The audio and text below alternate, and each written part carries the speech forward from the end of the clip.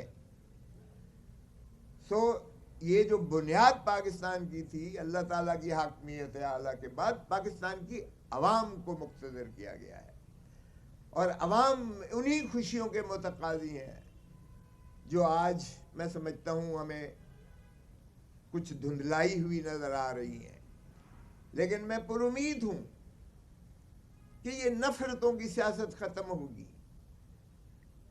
میں نے آج تک جو کیا ہے، آپ دیکھ لیں 5 دہائی کی میرے سفر میں، میں نے عبادت سمجھ کے، وکالت بھی عبادت سمجھ کے کی ہے، سیاست بھی عبادت سمجھ کے کی ہے.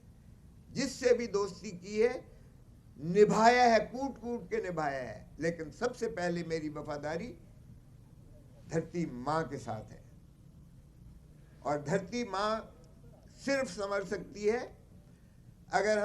تو ناظرین، لطیف کھوسہ صاحب کی یہ پریس کانفرنس آپ نے سنی. تو شاہد خاقان عباسی صاحب، جنہوں نے نون لیگ کو خیر آباد کہہ دیا ہے اور ان کا فیوچر میں کیا پلان ہے اس کے بارے میں آپ کو ڈیٹیل بتاتے ہیں. تو یہ آپ شاہد خاقان عباسی صاحب کی اپنی ہی زبانی یہ سنیے. ابھی پارٹی آپ نے چھوڑ دی یا نہیں چھوڑی؟ نہیں، پارٹی دیکھیں میں نے الیکشن میں نہیں لڑ رہا پارٹی کی طرف سے. تو الیکشن نہیں لڑے تو پارٹی چھڑ دیتی. دیکھیں جو بھی آپ اس کو سمجھیں، لیکن نہیں آپ سمجھائیں. میں نے سرکاری طور پہ کوئی اعلان نہیں کیا. میں ابھی اپنے حلقے کے لوگوں سے مشاورت کر رہا ہوں، کیونکہ الیکشن ہے، ہر ایک کی اپنی رائے ہوتی ہے. تو 35 سال پی ایم ایل این اس حلقے میں میں نے اور میرے ایم پی حضرات اور دیگر جو لوگ تھے ہم نے ہی بنائی ہے، تو ان سے مشاورت کرنا ضروری ہوتا ہے. کوئی آپ کو روک نہیں رہے میاں صاحب کہ نہیں جانا نہیں تسی الیکشن لڑنے نے؟ نہیں، میری ان سے بات چیت ہوئی ہے، میں نے اپنا ان کو بتا دیا تھا کہ میں الیکشن نہیں لڑ پاؤں گا. اچھا، کافی عرصہ پہلے. ریزن میری ہمیشہ مہربانی ہے، میری وہ رائے کا احترام کرتے ہیں، میں ان کی رائے کا احترام کرتا ہوں.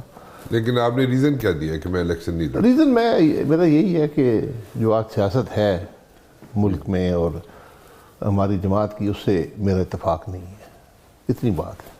اچھا، تو انہوں نے کیا جواب دیا؟ نہیں، انہوں نے کوئی جواب کی ضرورت نہیں ہوتی، میں نے اپنی رائے کا اظہار کر دیا. اچھا اچھا. وہ مجھے بھی سمجھتے ہیں، میں ان کی بات بھی سمجھتا ہوں. وہ بات تسی اشارے گلا کر دے رہے ہو؟ نہیں، اشارے بڑی کھل کے بات. اچھا، تو پتہ ہے کہ الیکشنز آپ نہیں لڑ رہے، اور ابھی آپ نے اعلان نہیں کیا کہ مسلم لیگ نون آپ نہیں ابھی چھوڑ رہے؟ جی، میں نے سرکاری طور پہ اعلان نہیں کیا. وہ آدمی مشاورت کر کے یہ فیصلہ کرتا ہے. بہت سے لوگوں کی رائے ہمیشہ لینی چاہیے، سننا چاہیے، آپ کو ہمیشہ کچھ حاصل ہوتا ہے. یہ سیاست مشاورت کا نام ہے. مشاورت نہ رہے تو پھر سیاست ختم ہو جاتی ہے. تو ابھی تک مشاورت اتنا عرصہ ہو گیا ہے، میں بات چیت کر رہا ہوں لوگوں سے، 2 مہینے ہو گئے. اچھا. Are you in two minds or what? نہیں، کوئی 2 مہینے نہیں. So you're all... میں نے آپ کو یاد ہوگا میں 4-5 مہینے پہلے کہا تھا میں الیکشن میں ایسا نہیں دوں گا. نہیں، آپ نے تو مجھے کہا تھا میرے شو میں آ کے کہا. اس سے پہلے اور شو میں کہا ہو سکتا ہے یہاں پہ ڈے ٹو ڈے سیاست بھی چلتی ہے. اور مجھے ایک امید تھی کہ شاید الیکشن